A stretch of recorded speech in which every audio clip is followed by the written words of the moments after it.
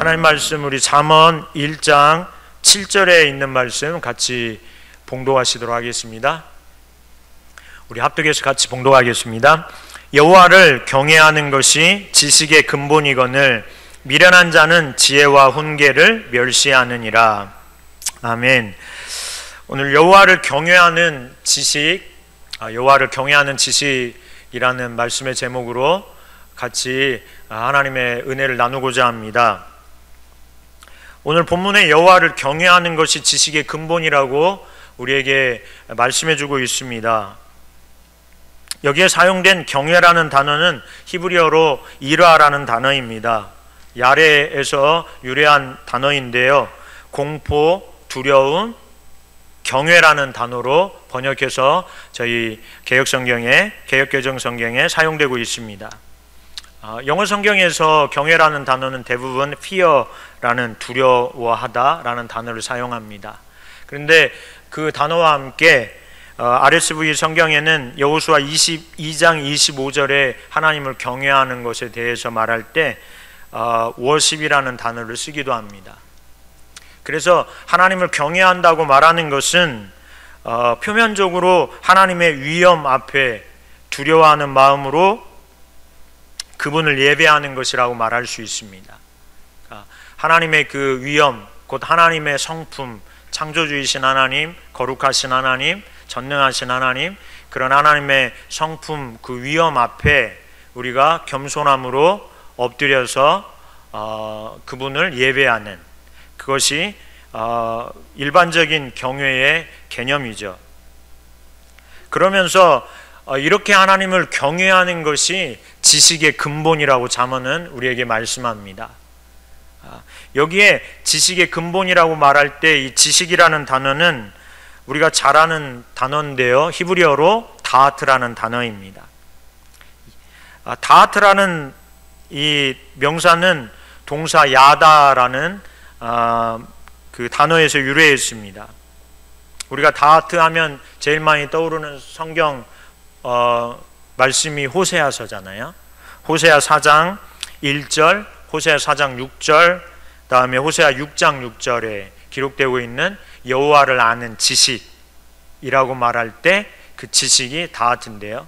그래서 다하트는 보통 하나님을 아는 지식을 말할 때 사용되는 단어가 바로 이 다하트라는 단어입니다.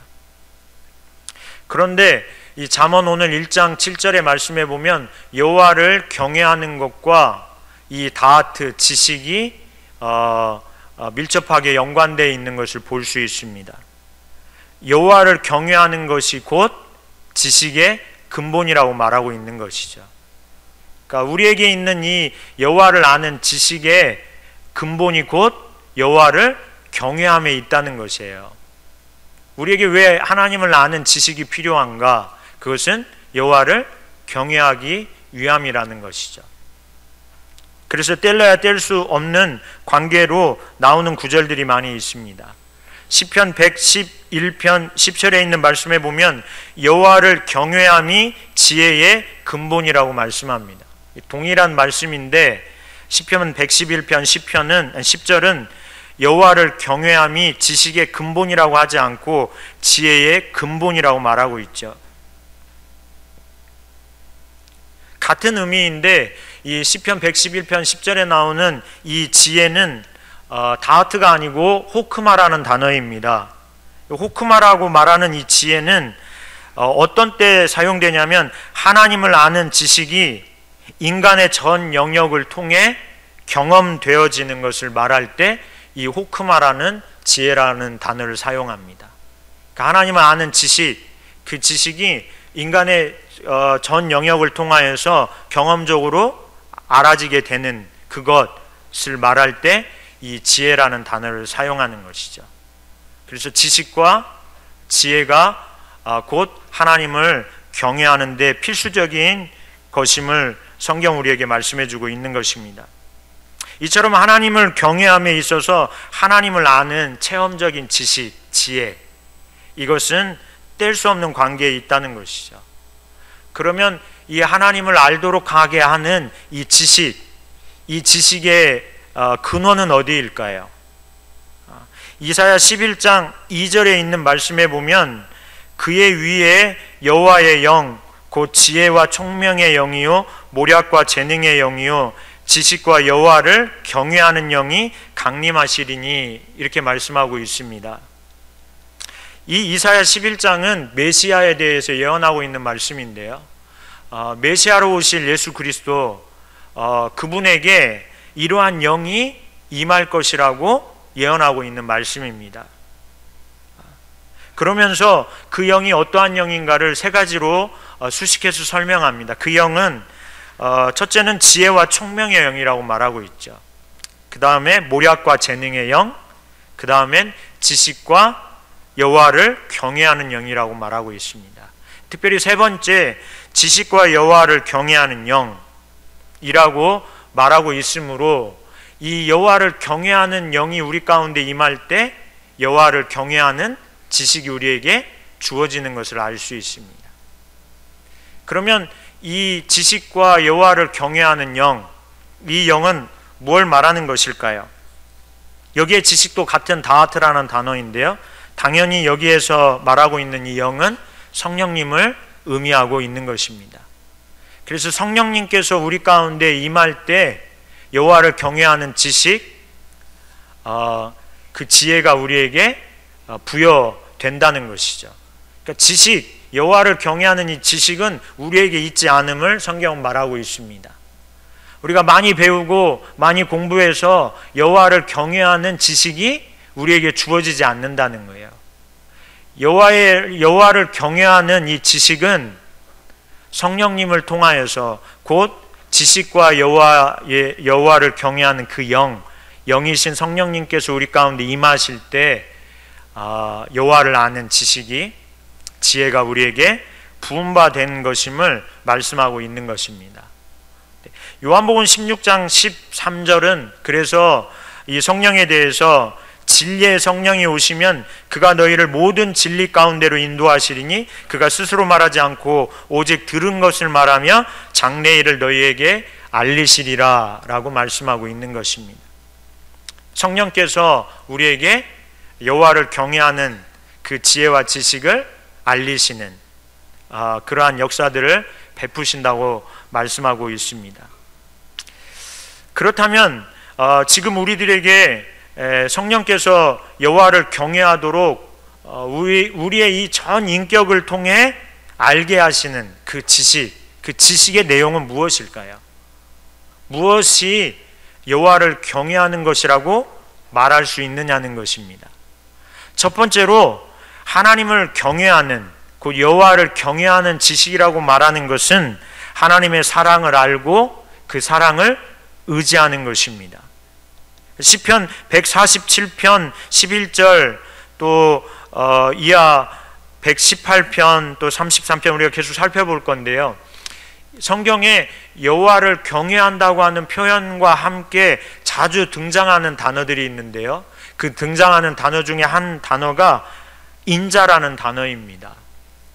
시편 147편 11절에 보면 여호와는 자기를 경외하는 자들과 그의 인자하심을 바라는 자들을 기뻐하신다고 말합니다. 그래서 경외함과 인자라는 단어를 사용하고 있습니다. 시편 118편 4절에 있는 말씀에도 보면 이제 여호와를 경외하는 자는 말하기를 그의 인자하심이 영원하다 할지로다. 시편 33편 18절 19절에 있는 말씀도 보면 여호와는 그를 경외하는 자 곧 그의 인자하심을 바라는 자를 살피사 그들의 영혼을 사망에서 건지시며 그들이 굶주릴 때에 그들을 살리시는도다 라고 말씀하고 있는 것이죠. 여기 여호와를 경외하는 자, 이 여호와를 경외하는 자가 곧 하나님의 인자하심을 바라보는 자라고 말씀하고 있습니다. 18절에 있는 말씀에 그렇게 기록하고 있죠. 곧 여호와를 경외하는 자가 누구인가? 이 여호와를 경외하는 자는 하나님의 인자하심을 바라보는 자라고 말씀하는 것이죠. 그러면 여기에 나오는 인자는 무엇인가? 라고 말할 때 인자는 히브리어로 헤세드라는 단어입니다. 헤세드 하면 많이 떠오르는 단어가 있죠. 그것이 곧 사랑인데요. 인자, 자비, 사랑으로 많이 번역하는 이 헤세드라는 단어입니다. 헤세드는 언제 많이 사용되는 단어냐면 하나님께서 택한 백성, 하나님께 어떤 백성을 택하시고 어떤 사람을 택하시고 그와 맺은 언약에 의거해서 하나님께서 주도적이고 신실하신 은혜를 그에게 베푸심으로 그 백성을 신실하게 사랑하실 때, 그때 이 헤세드라는 단어를 사용합니다. 그러니까 하나님의 주도적이고 신실하신 사랑을 나타내기를 원할 때 이 인자라는 단어를 사용한다는 거예요.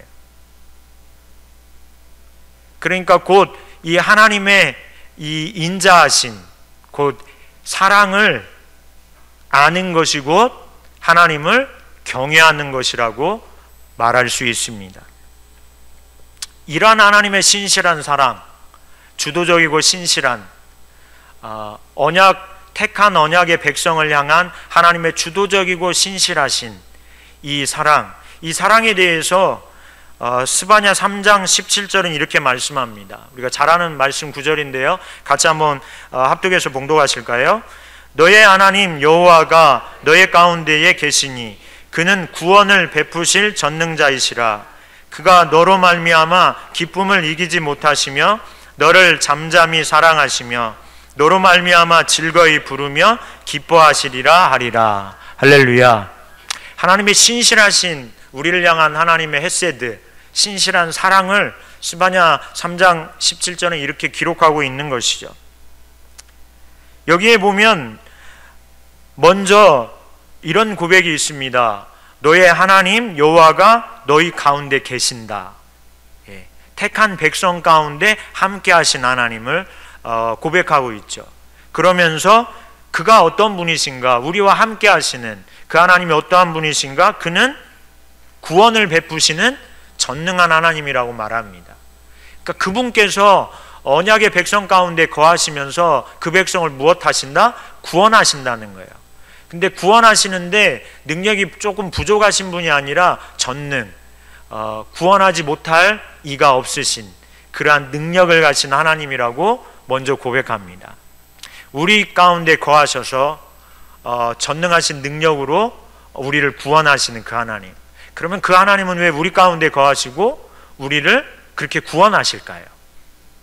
그 능력으로 우리를 구원하시는 일을 하실까요? 그 구원하시는 이유가 바로 그 다음에 있습니다. 그것은 바로 하나님의 사랑이라는 것이죠. 우리를 사랑하시기에 하나님께서 그 백성을 능력의 손으로 구원하신 일을 하신다는 거예요. 그러면서 그 사랑에 대해서 세 가지를 말씀하고 있습니다. 먼저는 그가 너로 말미암아 기쁨을 이기지 못한다고 말하고 있죠. 이것은 원래 원어의 의미를 그대로 번역하면 그가 너로 말미암아 크게 기뻐한다라는 의미입니다. 크게 기뻐하시는. 크게 기뻐하시는 이유는 어디에 있을까요? 그가 그를 사랑하는데 사랑함으로 그를 소중히 여기기 때문에 그렇습니다. 그가 너무나 소중하기 때문에 그를 보는 것만으로도 뭐예요? 큰 기쁨이 있는 것을 말하죠. 한편으로 이 사랑은 하나님의 보편적인 사랑을 말하는 것입니다. 모든 사람에 대하여서 하나님은 뭐예요? 크게 기뻐하신다는 것이죠. 모든 사람을 다 같이 소중히 여기신다는 의미를 가지고 있습니다. 그 다음에 하나님의 사랑을 말할 때에 너를 잠잠히 사랑하신다고 말씀합니다. 하나님의 이 신실하신 사랑의 부분을 말할 때 두 번째 부분은 잠잠히 사랑하신다는 거예요. 잠잠이라는 단어는 새기다라는 의미를 가진 단어입니다. 그래서 하나님께서 사랑하는 대상을 뭐예요? 마음에 두는 것을 의미하고 있는 것이죠. 무슨 사랑이냐면 친밀한 사랑을 의미하는 겁니다. 더 깊은 사랑.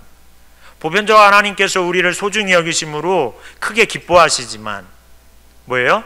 하나님이 택한 백성을 마음에 새기듯 더 친밀히 사랑하시는 그 사랑을 말하고 있는 것이죠.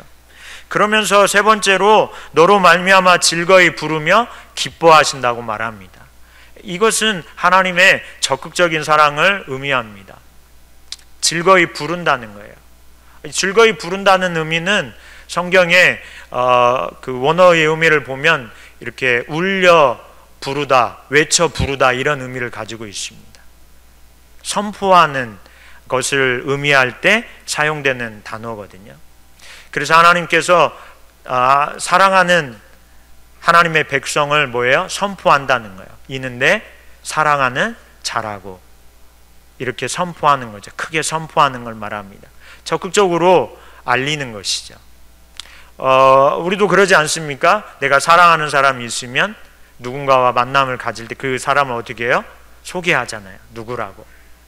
사랑하면 사랑할수록 없어도 뭐예요? 그 사람이 나랑 같이 있지 않아도 그 사람을 막 얘기하죠. 사람들 앞에. 그런 사랑이 하나님의 사랑인 것을 성경 우리에게 말씀해 주고 있습니다. 할렐루야. 네.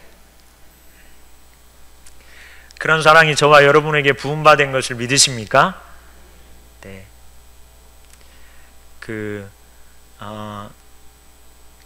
제가 저번에 그 일부 예배 때는 얘기를 안 했는데요. 생각이 나서 제가 곡성에 그때 우리 대안학교 청소를 하다가 이렇게 물건 내리다가 줄에 눌려가지고 그 왼쪽에 있는 9번 늑골이 골절이 됐어요. 그래서 이렇게 숨을 잘 안 이렇게 뭐라 그러죠? 복식호흡으로 이 말을 안 하다 보니까 그러면 울려서 안 좋으니까 그러다 보니까 그렇게 한 3주 지나니까요.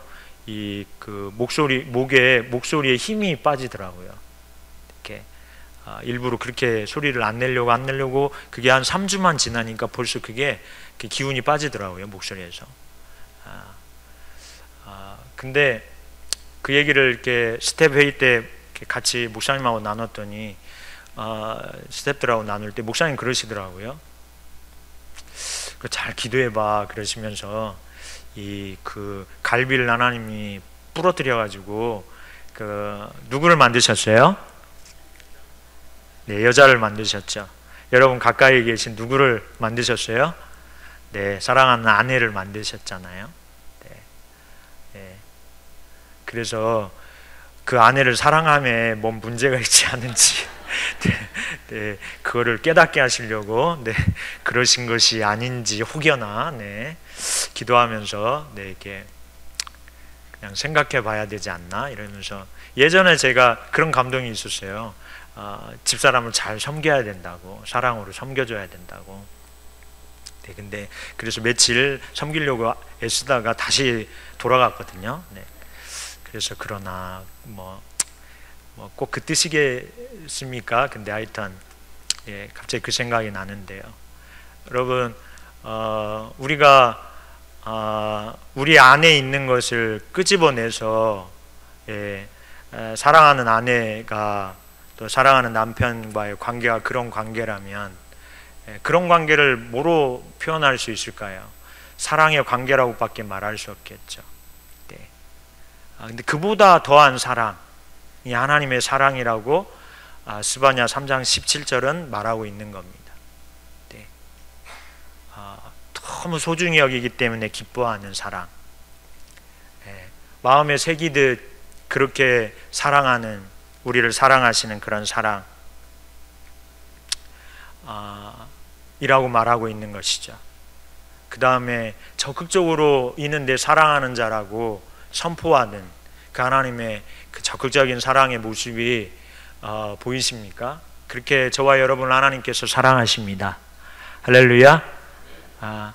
그 사랑을 뭐예요? 아는 것이 곧 하나님을 경외하는 지식이 된다는 거예요. 그것을 알아야 어떻게 해요? 하나님을 경외할 수 있다고 말하는 것이죠. 이사야 43장 4절 상반절에 보면 내가 내 눈에 보배롭고 존귀하며 내가 너를 사랑했다고. 우리를 그렇게 보배롭고 존귀 여기는 하나님의 사랑. 또 아가서 5장 8절에 보면 예루살렘 딸들아 너희에게 내가 부탁한다. 너희가 내 사랑하는 자를 만나거든 내가 사랑함으로 병이 났다고 하려무나. 이렇게 표현합니다. 네. 솔로몬이 그 술람미 여인을 사랑함으로 무엇이 났다고요? 병이 났다고 알리라는 거예요, 사람들에게.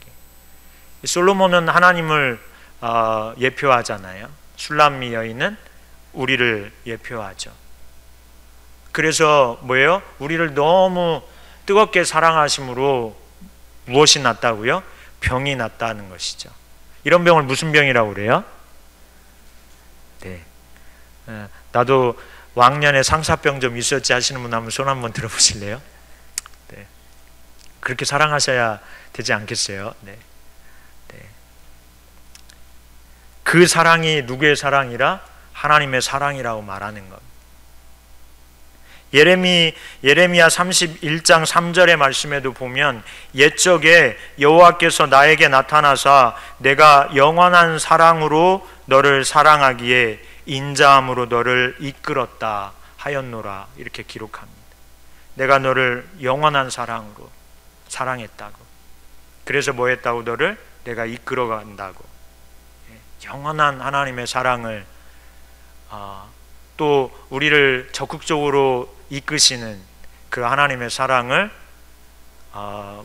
말씀을 통해 우리가 볼 수 있습니다. 이 하나님의 사랑에 대한 말씀은 참으로 많이 있습니다. 이렇듯 우리를 소중히 여기시고 병이 날 정도로 열정적으로 우리를 사랑하시고 영원한 사랑으로서 적극적으로 우리의 길을 인도하시는 이 하나님의 사랑이 우리에게 어떻게 나타날까요? 그 사랑이 우리에게 헌신적인 사랑으로 나타났습니다. 그래서 요한복음 3장 16절은 저희에게 그렇게 말씀해 줍니다. 같이 한번 봉독하시겠습니다.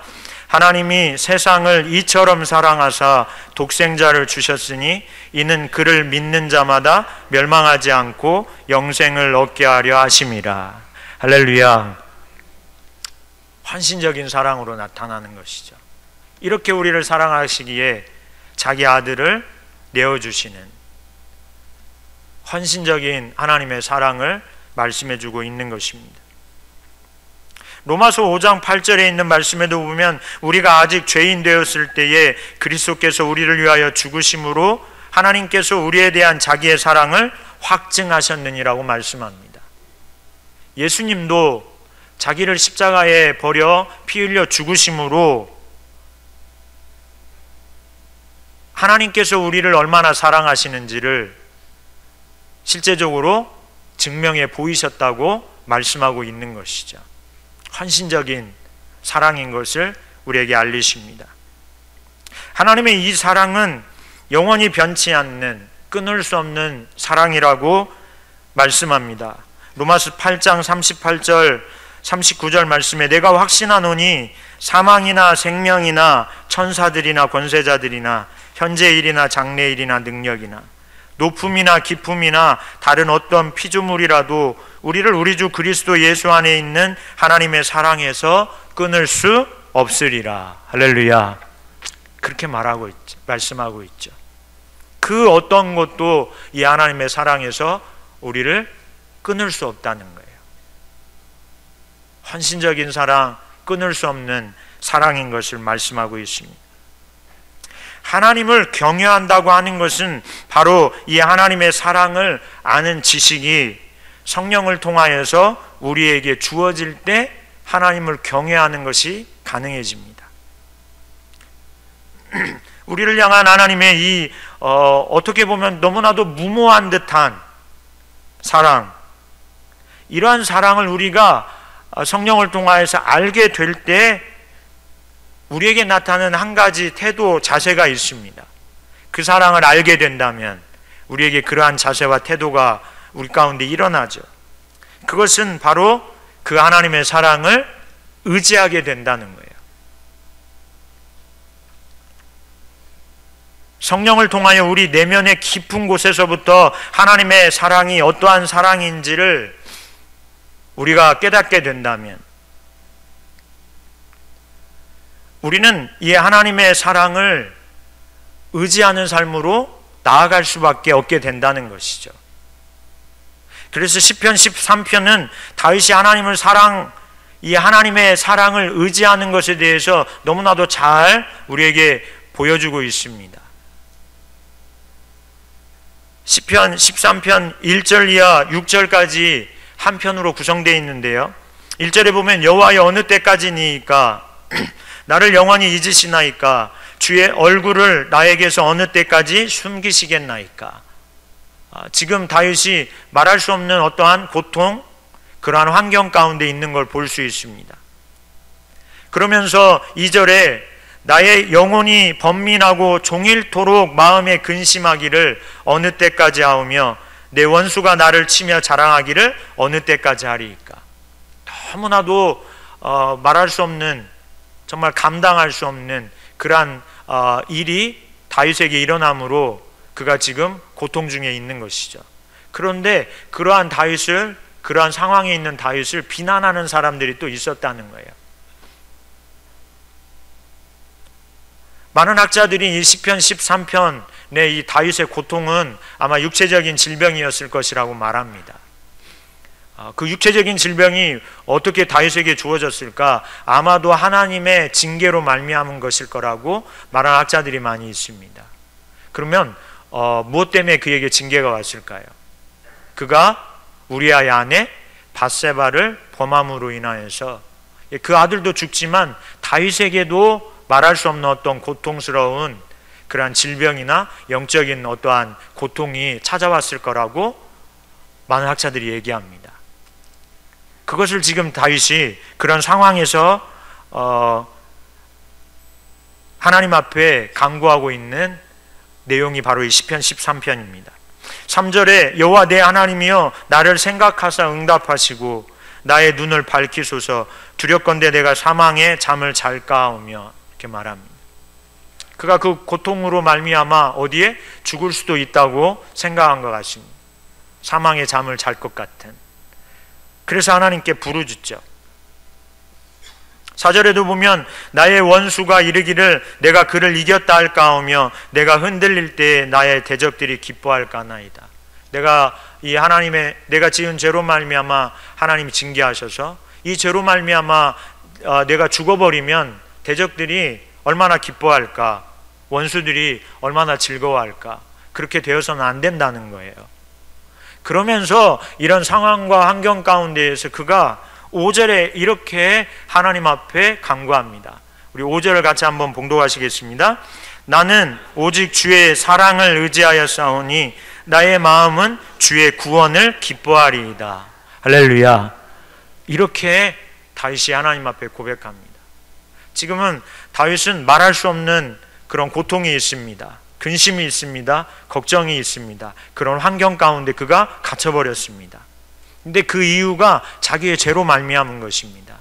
그럼에도 불구하고 이 다윗은 무엇이라고 하나님께 기도하냐면, 하나님, 제가 하나님이 나를 사랑하시는 그 사랑을 의지한다고 말합니다. 그 의지에서 지금 누구를? 하나님을 찾는다고 말하는 거예요. 내가 그 사랑을 의지하여 하나님을 찾습니다.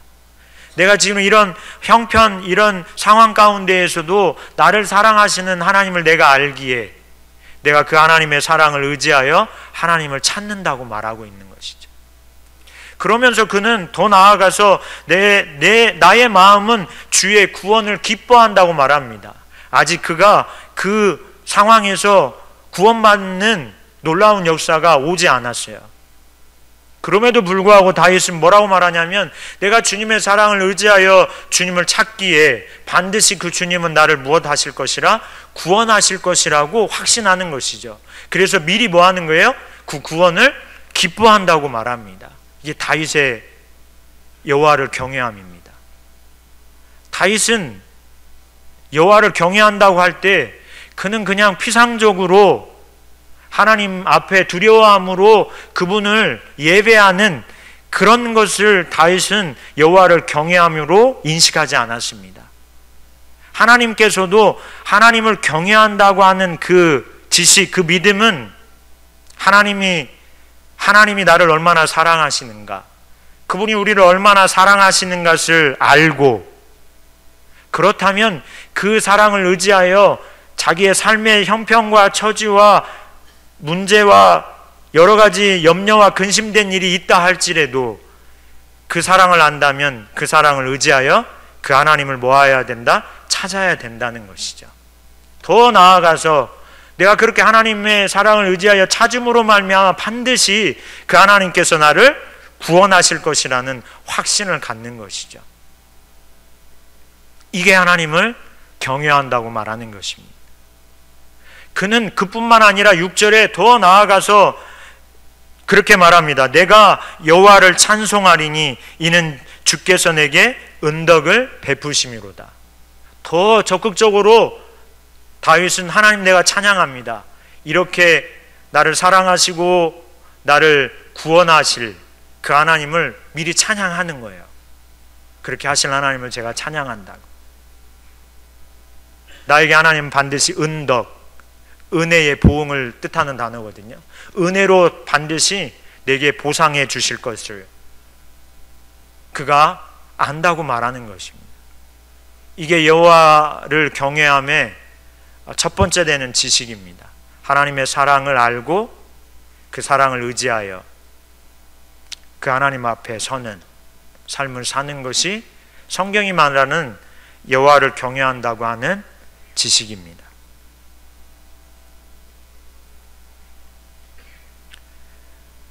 다윗뿐만 아니라 사도 바울도 동일합니다.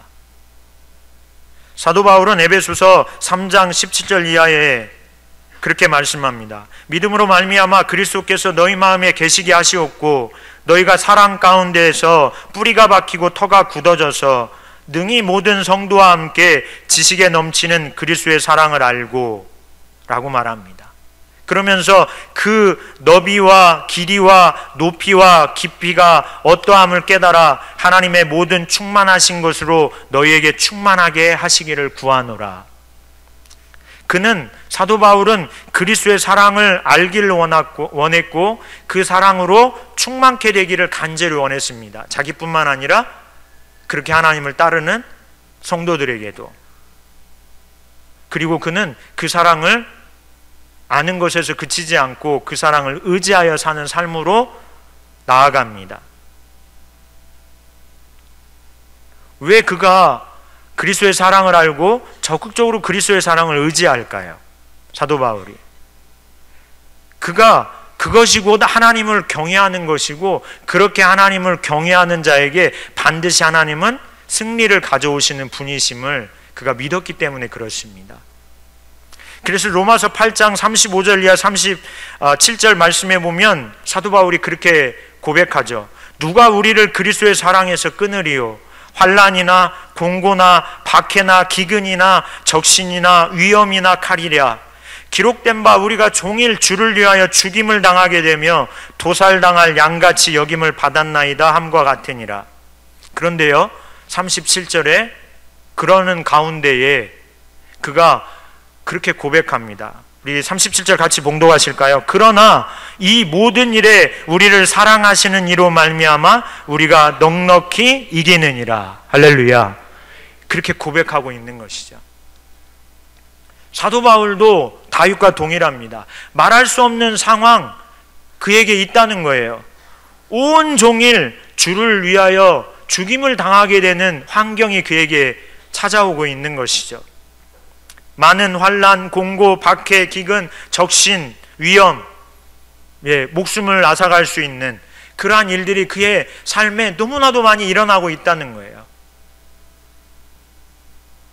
심지어 도살당할 양같이 세상으로부터 역임받는 그러한 문제들이 다윗에게, 이 사도 바울에게 너무나도 많이 있었던 것이죠. 여러분의 삶에는 어떻습니까? 여러분의 삶에도 그런 문제가 있으신가요? 그런 염려가 있으십니까? 그런 위협적인 환경이 있으십니까? 네. 우리의 그러한 염려, 근심, 그런 말할 수 없는 환경과 비교할 수 없는 환경을 만난 것이 다윗이고 그런 환경을 지금 지내고 있는 것이 바로 이 사도 바울입니다. 그런데 참 놀라운 것은 그런 환경에 있다고 그가 고백하면서 뭐라고 말하냐면, 그러나 이 모든 일에 우리를 사랑하시는 그 예수 그리스도, 그분께서 뭐예요? 우리로 넉넉히 이기게 하실 것이라. 그 사랑으로 말미암아. 그렇게 말하고 있는 것이죠. 사도 바울은 하나님의 사랑을 알 뿐만 아니라 그런 환경 가운데에서도 그 사랑을 의지하여 하나님을 찾습니다.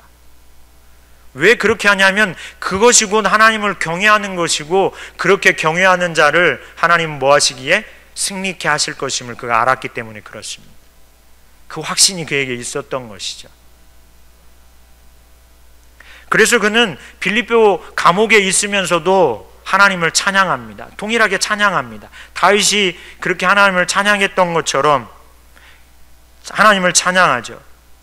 사도행전 16장 22절 이하의 말씀에 보면, 무리가 일제히 일어나 고발하니 상관들이 옷을 찢어벗기고 매로 치라. 다 이 사울 그 다음에 신라를 매로 치게 된 것이죠. 많이 친 후에 옥에 가두고 간수에게 명하여 든든히 지키라고 명령합니다. 그래서 24절에 보면 그가 이러한 명령을 받아 그들을 깊은 옥에 가두고 발을 착고에 든든히 채우게 되죠. 그런데 25절에 한밤중에 바울과 실라가 하나님 앞에 기도합니다. 어떤 기도일까요? 아마도 구원에 대한 갈망을 가지고 하나님 앞에 기도했을 것 같아요. 하나님은 늘 사랑하심으로 우리를 위경에서 건지시는 하나님이신 것을 그가 알기에, 스바냐 3장 17절 같이 우리 가운데 거하시면서 우리를 구원하시는 전능하신 하나님이신 걸 알기에. 왜요? 우리를 너무나도 사랑하시기 때문에. 그래서 아마 그러한 구원을 하나님 앞에 간구했을 것 같아요. 나와 있진 않지만 기도의 내용이. 그리고 나서 뭐 했어요? 하나님을 찬송합니다. 네. 만약에 내가 이런 입장에 있었으면 이게 가능할까? 네. 자존감은 바닥을 쳤을 것 같아요. 사람들 앞에 심히 모질게 매를 맞았으니. 네. 다윗과 다르게 이 바울은 복음을 전하면서 선한 일을 하다가 이러한 일을 당했으니 얼마나 상심이 더 됐을 것 같아요. 사람 앞에 말할 수 없는 모습, 또 기약이 없는 감옥의 삶이 시작되는 그런 상황에서 그들이 어떻게 찬양할 수 있었을까, 하나님을? 그거는 하나로밖에 설명이 안 됩니다. 사도 바울을 택하셔서 구원하신 하나님의 사랑으로밖에 이해될 수 없는 것이죠. 그 사랑이 너무나도 강력했던 거예요, 바울 사도에게는. 그리고 그 사랑을 알 뿐만 아니라 그런 환경 가운데에서도 바울은 그 사랑을 의지함으로 하나님을 찾게 된 것이죠. 여러분은 하나님을 경외하십니까? 만약에 우리가 하나님을 경외하는 지식이 우리 가운데 성령을 통하여서 자리 잡고 있다면 그것은 바로 하나님을 사랑하는 것일 겁니다. 만약에 우리가 하나님을 사랑하는 그 지식이 우리 안에 있다면 우리의 많은 삶의 문제 가운데에서 반드시 그 사랑을 의지하여 하나님을 찾게 될 것이거든요. 우리의 삶 가운데 우리가 하나님을 경외한다고 말하지만, 우리가 하나님을 사랑한다고 말하지만, 우리의 환경, 우리의 처지 형편 가운데 문제가 왔을 때 그 하나님의 사랑을 의지하여 하나님을 찾아 나아가지 않는다면 그건 하나님을 참되게 경외하는 것이라고 말할 수 없습니다. 이유는 지금까지 살펴본 본문을 통하여서 우리에게 성경이 그렇게 말씀하고 있기 때문에 그렇습니다.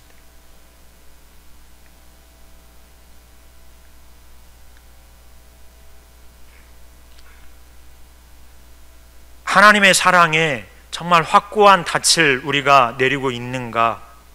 그 어떤 가치보다도 하나님을 사랑하는 것이 우리의 최고의 가치인가? 우리가 생각해 봐야 됩니다. 정말 그 사랑에 견고히 닻을 내리고 있는가? 그렇다면 우리의 삶의 문제 가운데 반드시 그 사랑을 의지하여 하나님을 찾을 것이 분명하거든요. 무엇 때문에 우리가 많이 고민합니까? 무엇 때문에 염려하십니까? 무엇 때문에 힘들어하십니까? 지금 그 염려, 그 힘들어하는 것, 그 다음에 그 고민이 여러분이 무엇에 가치를 두고 있는지를 반증합니다. 무엇 때문에 여러분 고민하십니까? 무엇 때문에 염려하십니까? 무슨 일 때문에 낭망하고 좌절하십니까? 그 무엇이 여러분의 가치를 반증한다는 거예요.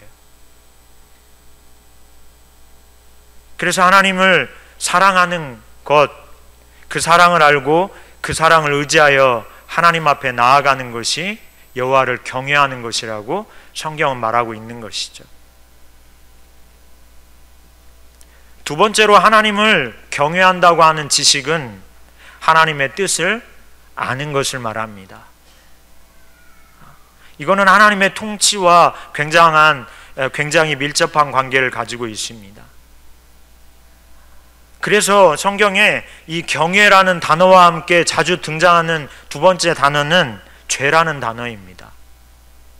죄와 하나님을 아는 것이 무슨 관계가 있을까요? 죄와 하나님을 아는 것과 통치라는 것이 무슨 연관이 있을까요? 잠언 16장 6절에 보면 인자와 진리로 인하여 죄악이 속하게 되고 여호와를 경외함으로 말미암아 악에서 떠나게 된다고 말합니다. 하나님의 사랑이 우리에게 부음받으면 뭐예요? 우리의 죄악이 속하게 된다는 거예요. 그런데 그뿐만 아니라 여호와를 경외함으로 말미암아 악에서 떠나는 삶을 살게 된다는 것이죠. 그래서 두 번째 이 여호와를 경외한다고 말하는 것은 악에서 떠나는 삶인데요. 이 악에서 떠나는 삶에 있어서 중요한 것이 무엇이냐면 하나님의 뜻을 아는 것입니다. 다른 표현으로 말하면 하나님이 우리를 통치하셔야 악에서 떠나는 삶이 가능합니다. 하나님께서는 사랑으로 우리와 함께 하셔서 우리의 죄를 속하실 뿐만 아니라 우리 가운데 거하셔서 통치하심으로 우리가 적극적으로 죄악의 삶을 살지 않도록 역사하고 계십니다. 하나님의 통치에 있어서 중요한 이 한 가지는 이 하나님의 뜻을 아는 겁니다. 이 하나님의 뜻을 안다고 말하는 것은 무슨 말이냐면 우리의 생각, 우리의 감정, 우리의 의지에 하나님의 생각, 하나님의 마음, 하나님의 의지가 부여되는 것을 말하는 것이죠. 그래서 로마서 12장 1절의 말씀에 보면 그러므로 형제들아 내가 하나님의 모든 자비하심으로 너희를 권하노니 너희 몸을 하나님이 기뻐하시는 거룩한 산 제물로 드리라. 너희가 구원받았다면 이제 너희의 그 구원받은 너희 전 인격을 누구에게? 하나님께 바치라는 거예요. 하나님께 바치라. 이게 무슨 말일까요? 하나님이 통치하도록 너희를 뭐 하라는 거예요? 내어주라는 것이죠. 너희 자신을 너희가 힘으로 너의 삶을 주관하여 살지 말고 마치 구원받은 자녀 산 제물이 됐다면 뭐 하라는 거예요? 하나님께 바치라는 거예요. 누가 통치하실 수 있도록? 하나님이 다스리실 수 있도록 내어드리라는 것이죠. 우리는 하나님의 자비하심으로 구원받은 거룩한 하나님의 자녀가 되었습니다. 사망에서 벗어나 영원한 생명을 얻었지요. 진노의 자녀에서 사랑받는 존귀한 자녀가 되었습니다. 얼마나 참 놀라운 일입니까? 그러나 하나님은 적극적으로 우리를 하나님께 드리라고 말합니다. 그러므로 죄를 떠나 악을 떠나는 삶을 살라고 하시는 것이죠. 그것이 어떻게 가능하냐면 하나님이 우리를 통치하실 때 가능합니다. 그래서 로마서 6장 13절도 그렇게 말하죠. 또한 너희 지체를 불의의 무기로 죄에게 내주지 말고 오직 너희 자신을 죽은 자 가운데서 다시 살아난 자 같이 하나님께 드리며 너희 지체를 의의 무기로 하나님께 드리라 라고 말합니다. 하나님이 너희를 다스릴 수 있도록 너희를 하나님께 뭐하라? 드리라는 거예요. 너희 자신을 드리라. 너희 자신이 뭘까요? 전 인격을 드리라는 거예요. 너희의 생각, 너희의 마음, 너희의 의지를 하나님께 드리라는 것이죠. 로마서 6장 19절에 있는 말씀에도 그렇게 기록합니다. 너희 육신이 연약함으로 내가 사람의 예대로 말하노니 전에 너희가 너희 지체를 부정과 불법에 내주어 불법에 이른 것 같이 이제는 너희 지체를 의에게 종으로 내주어 거룩함에 이르라고 말씀하고 있습니다. 너희의 마음과 생각과 너희의 의지를 뭐에? 의에 드리라는 거예요. 의에.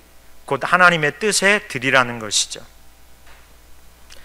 하나님의 다스리심에 우리를 내어준다는 것, 곧 하나님이 우리를 통치하시도록 우리를 내어준다는 것은 하나님의 말씀을 우리가 받아들이는 것을 말합니다. 내 생각을 버리고 내 뜻을 버리고 내 감정을 버리고 내 의지, 내 육체를 위하여서 드렸던 의지를 버려서 하나님의 생각에, 하나님의 마음에, 하나님의 뜻에 나의 의지를 드리는, 전폭적으로 하나님께 그렇게 드리는 그것이 가능해야 그럴 때 하나님 우리를 통치하시고 그럴 때 우리가 악을 이기고 승리하는 삶을 살 수 있다는 것이죠. 에베소서 2장 3절에 있는 말씀에 그렇게 말합니다. 전에는 우리도 다 그 가운데서 우리 육체의 욕심을 따라 지내며 육체와 마음이 원하는 것을 하여 다른 이들과 같이 본질상 진노의 자녀이었더니, 예전엔 그랬다는 거예요. 우리의 이 마음, 생각, 의지를 뭐에 내줬어요? 육체의 정욕에 내줬다는 거예요. 육체의 욕심에 내주고 살았다는 것이죠. 내게 좋은 것, 내게 유익이 되는 것에 내 생각을 내주죠. 거기에 시간을 쓰고 거기에 물질을 쓰고 거기에 내 힘을 쓰고 내 의지를 드리잖아요. 그렇게 살았잖아요. 그런데 너희가 구원받은 하나님의 자녀라면 이제 뭐예요? 거기에 너희 육신을 내주면 안 된다는 것이죠. 그러면서 골로새서 3장 9절 10절의 말씀에 보면 너희가 서로 거짓말을 하지 말라. 옛사람과 그 행위를 벗어버리고 새 사람을 입었으니 이는 자기를 창조하신 이의 형상을 따라 지식에까지 새롭게 하심을 입은 자니라. 할렐루야. 그렇게 우리에 대해서 말씀합니다. 뭐에까지? 지식에까지 새롭게 되어진 자가 새 사람, 구원받은 저희라고 말하고 있는 것이죠. 그래서 하나님을 경외한다고 말하는 것은 하나님의 뜻으로 말미암아 전폭적으로 전환되는, 그래서 우리의 생각에도 우리의 마음에도 우리의 의지도 하나님의 그 뜻으로 온전케 되어지는 것을 성경은 말하고 있는 것이죠. 로마서 12장 2절에도 이렇게 말합니다. 너희는 이 세대를 본받지 말고 오직 마음을 새롭게 함으로 변화를 받아 하나님의 선하시고 기뻐하시고 온전하신 뜻이 무엇인지 분별하도록 하라. 그렇게 말합니다. 이 하나님의 뜻이 우리의 전 인격에 전폭적으로 스며드는, 획기적으로 전환되어지는 것을 말하는 것이죠. 그래서 그렇게 되는 것이 곧 하나님을 경외하는 것이라고 성경은 말합니다. 우리가 하나님을 경외한다고 말하면서 여전히 우리의 이 생각에, 여전히 나의 육체의 쾌락을 쫓는 생각이 가득하고 내 감정만 내 감정, 나의 어떠한 유익을 위한 감정, 그 다음에 내가 하고 싶은 것을 내게 유익이 될 거라고 생각하는 것에 내 의지를 드리는 삶을 살고 있다면 그것은 하나님을 경외한다고 말할 수 없습니다. 하나님을 경외한다고 하는 신앙은 전폭적으로 마음과 의지와 우리의 이 생각이 새롭게 되는 걸 말합니다. 무엇으로? 하나님의 뜻으로, 하나님의 말씀으로 되어져야 된다는 것이죠. 그래서 마태복음 6장 33절에 그렇게 말씀하시죠. 너희는 먼저 그의 나라와 그의 의를 구하라. 그리하면 이 모든 것을 너희에게 더하시리라. 너희가 구할 것이 있는데 무엇을 구하라? 그 나라, 그 의를, 하나님의 뜻을 구하라는 거예요. 그럴 때 우리 가운데 그 뜻이 선명하게 인식되거든요. 그것이 곧 하나님이 우리를 통치하신다고 말하는 겁니다. 그것이 곧 하나님의 나라가 그에게 임한 것이라고 말할 수 있는 것이죠. 그래서 우리가 경배와 찬양 시간에 같이 하나님의 나라, 통치하시는 나라, 네, 그런 찬양 하잖아요. 네. 하나님이 우리를 통치하시는, 우리를 다스리시는 그것이 곧 하나님의 나라인데, 그 나라가 우리에게 임한다고 말하는 것은 어떤 의미냐면, 우리의 마음과 생각과 의지에 하나님의 뜻이 전폭적으로 깨달아져 알게 될 때, 그때 우리에게 하나님 나라가 임한다고 말하는 것이죠. 그것이 곧 하나님을 경외하는 지식이라고 성경은 말합니다. 저와 여러분에게 이렇게 하나님의 뜻이 선명하게 우리 가운데 알림받는 그러한 은혜가 있으시기를 주님의 이름으로 축복합니다. 네. 누가복음에 있는 우리가 말씀을 살펴보면서 지난 주일에 목사님 통해서 새 술은 새 부대에 담아야 된다고 하는 구절을 살펴보았습니다. 이것이 곧 하나님의 뜻이 우리에게 온전히 임하는 것을 말합니다. 우리가 새 사람이 되었다면 하나님의 그 새로운 하나님의 뜻, 이 뜻을 우리가 담아야 된다는 거예요. 새롭게 전환되는 것이 필요하다는 것이죠. 우리의 가치관이, 우리의 관점이 새롭게 되어질 필요성이 있다는 거예요. 그게 새 술입니다. 어디에? 새 부대이기 때문에. 새 사람이 되었으니까요. 그래야 이 술과 부대가 다 어떻게 돼요? 보존될 수 있는 것이죠. 새 사람은 되었는데 여전히 우리의 관점과 가치관이 옛사람에 있으면 그 사람은 온전케 될 수가 없습니다. 부대가 터지는 것이죠. 그렇기 때문에 하나님을 경외한다고 하면 우리 안에 하나님의 뜻을 아는, 그 뜻을 구하고 그러므로 말미암아 그 뜻이 우리 가운데 깨닫게 되어지는 일들이 필요합니다. 그렇게 되는 자들을 성경은 하나님을 경외하는 자라고 말합니다. 세 번째로 하나님을 경외한다는 이 경외하는 지식은 하나님의 길로 행하는 것을 말합니다. 디모데전서 2장 10절에 있는 말씀에 보면 오직 선행으로 하기를 원하노라 그러면서 이것이 하나님을 경외한다 하는 자들에게 마땅한 것이라고 말씀합니다. 하나님을 경외한다고 한다면 무엇 하라는 거예요? 선행을 행하라는 거예요. 하나님께서 주신 그 길을 따라 삶을 살라고 말하는 것이죠. 시편 128편 1절에 있는 말씀에도 보면 여호와를 경외하며 그의 길을 걷는 자마다 복이 있다고 말합니다. 하나님이 주신 길을 따라 걷는 것을 말하고 있죠. 경외한다면 그 길을 따라 걸어가야 된다고 말하는 의미입니다. 신명기 8장 6절에 있는 말씀에도 보면 내 하나님 여호와의 명령을 지켜 그의 길을 따라가며 그를 경외할지니라 이렇게 말씀하고 있습니다. 우리에게 하나님을 경외한다고 하면, 우리가 하나님을 경외한다고 하면 반드시 주님이 우리에게 주신 길을 따라 행해야 된다는 거예요. 바로 순종을 말씀하고 있는 것이죠. 순종하는 삶. 경외한다는 것은 하나님의 뜻을 따라 순종하는 삶을 말하는 것입니다.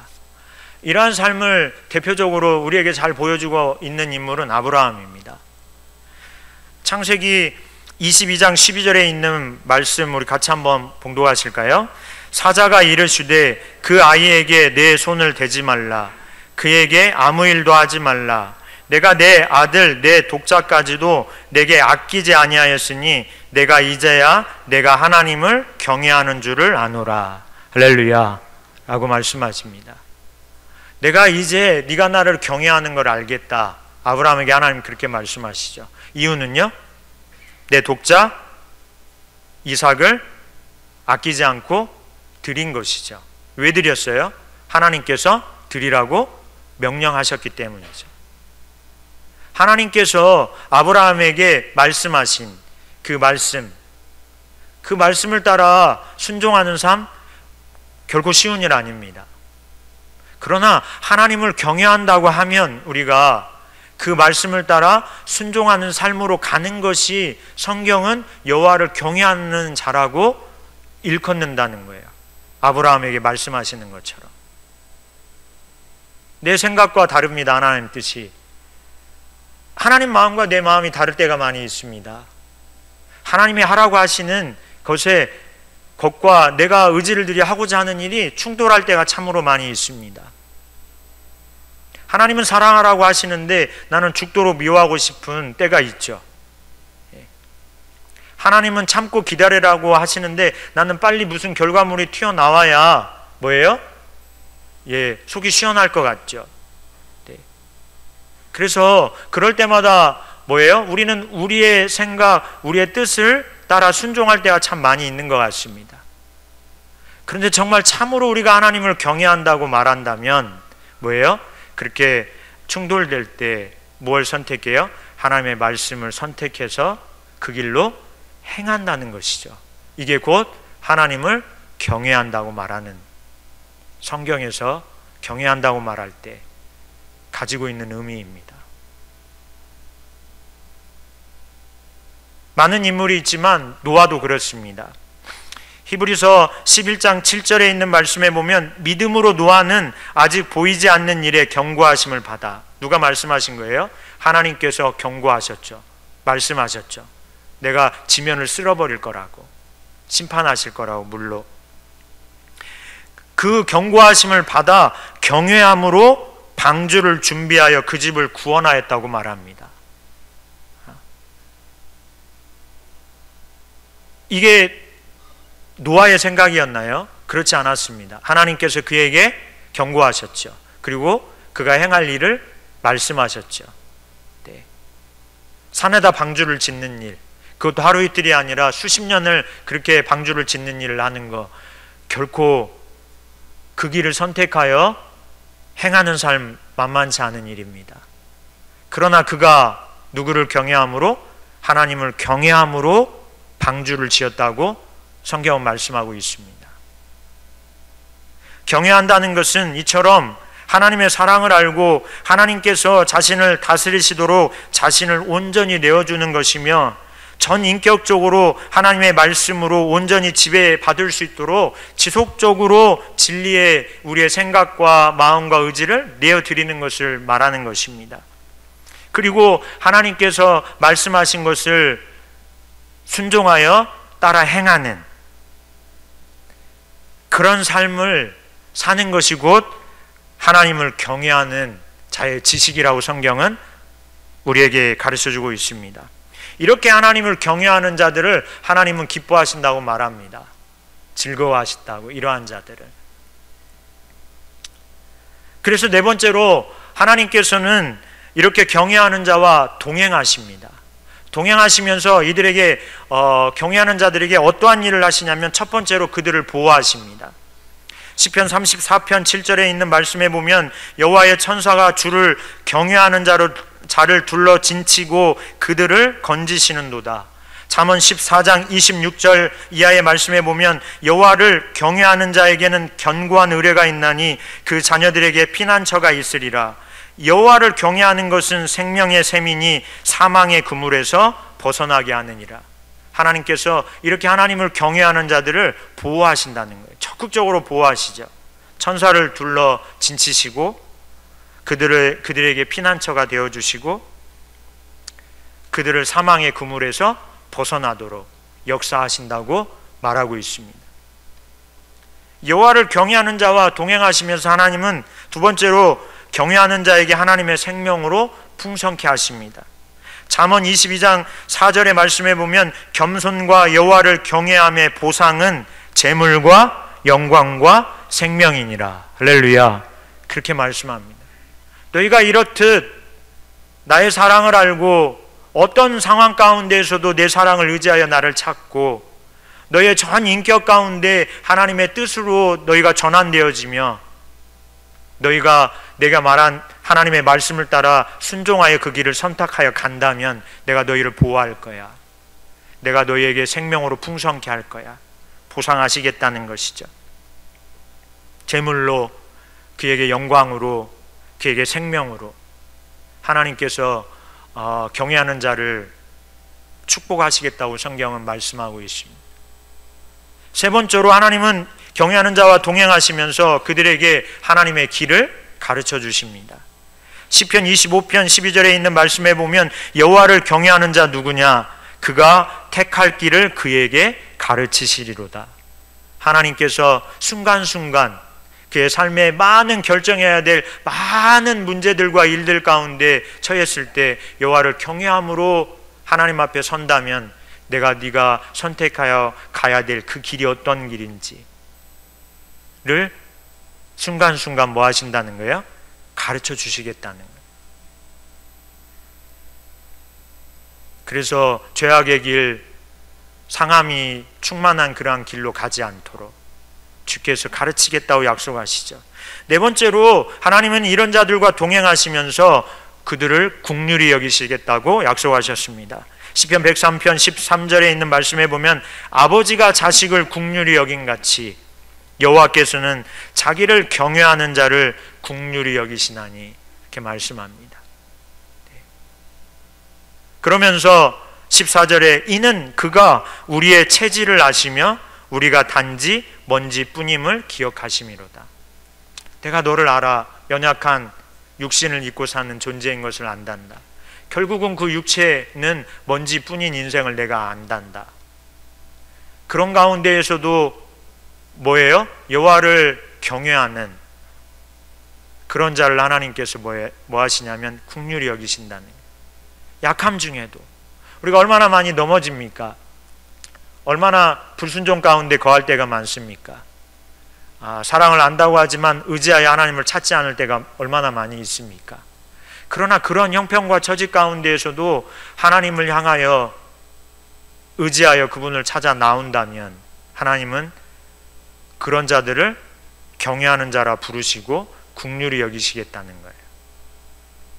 사랑을 알고 그 사랑을 의지하여 내 전 인격으로 하나님의 뜻이 알림받기를 갈망하고, 그래서 하나님이 내게 말씀하시면 내가 너무나도 연약한 존재이지만 그 말씀을 따라 살려고 주님을 찾아 순종하는 길을 선택하는,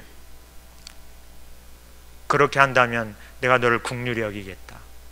왜냐하면 네가 다 할 수 없는 것을 뭐 하시기 때문에? 알고 있기 때문에. 네가 연약한 자라는 걸 내가 알고 있기 때문에. 다섯 번째로 경외하는 자에게 하나님은 친밀함을 부으십니다. 시편 25편 14절에 있는 말씀에 보면 여호와의 친밀하심이 그를 경외하는 자들에게 있으며 그의 언약을 그들에게 보이시리로다 라고 말씀합니다. 하나님이 이렇게 경외하는 자들에게 친밀함을 부으신다는 거예요. 항상 곁에 계신 하나님이신 것을 우리로 뭐 하시도록 알리신다는 거죠. 내가 너와 항상 함께 있단다. 그 사랑을 우리에게 경험토록 친밀함을 부으신다는 것이죠. 다 잃어버린 것 같고 다 없는 것 같고 다 소진된 것 같은 상황에서도 하나님께서 여호와를 경외하여 나온 자들을 뭐 하시겠다고 약속하시냐면 내가 너를 사랑한단다 라고 친밀한 사랑을 그에게 부으시겠다고 약속하십니다. 이것만큼 그에게 힘이 되는 것이 있을까요? 네. 마지막으로 여섯 번째, 그렇게 말씀합니다. 여호와를 경외하는 자의 기도를 하나님은 들으십니다. 느헤미야 1장 11절의 말씀에 보면 느헤미야가 하나님 앞에 그렇게 기도합니다. 주여 구하오니 귀를 기울이사 종의 기도와 주의 이름을 경외하기를 기뻐하는 종들의 기도를 들으시고 오늘 종이 형통하여 이 사람들 앞에서 은혜를 입게 하옵소서. 그의 간구의 제목은 이 사람들 앞에서 내가 은혜를 입길 원합니다. 그 은혜의 구체적인 내용이 무엇이냐면 그때에 내가 왕의 술 관원이 되었느니라 라고 말하고 있습니다. 술 관원, 관직, 높은 관직을 얻는 것을 하나님 앞에 구했죠. 왜요? 그 관직을 통하여서 하나님이 그에게 부담으로 주신 그 말씀을 성취하고자 하는 열망이 그에게 있었기 때문에 그렇습니다. 그래서 하나님을 경외하면 하나님은 그 종의 기도를 들으십니다. 그래서 사람들로 하여금 은혜를 입도록 도우시는 역사를 우리의 삶 가운데 행하신다고 성경은 우리에게 말씀해 주고 있습니다. 여러분은 하나님을 경외하시는 삶을 살고 계십니까? 하나님을 경외한다고 하는 것은 하나님의 사랑을 알고 어떠한 상황 가운데에서도 그 사랑을 의지하여 하나님 앞에 나아가는 것입니다. 하나님을 경외한다고 하는 것은 우리의 전 인격에 하나님의 뜻이 온전히 임하는 것을 간구하고 그런 삶을 사는 것입니다. 정말 우리가 하나님을 경외한다고 말한다면 우리는 하나님이 우리에게 주신 삶의 길, 주의 길을 따라 행하는 삶을 적극적으로 살아야 됩니다. 이것이 여호와를 경외하는 자라고 성경이 말하고 있는 사람들의 모습입니다. 그런 삶을 사는 자들에게 하나님은 놀라운 은혜를 부으십니다. 보호하시고 그들을 지키시고 생명으로 풍성케 하시고 친밀함을 부으시고 긍휼히 여기시고 그들의 기도를 들으시고 은혜의 보응으로 그들의 삶에 함께 하시는 일들을 행하신다는 것이죠. 우리가 그렇게 하나님 앞에 경외함을 가지고 서는 믿음의 사람들이 될 수 있기를 주님의 이름으로 축복합니다. 같이 기도하시겠습니다.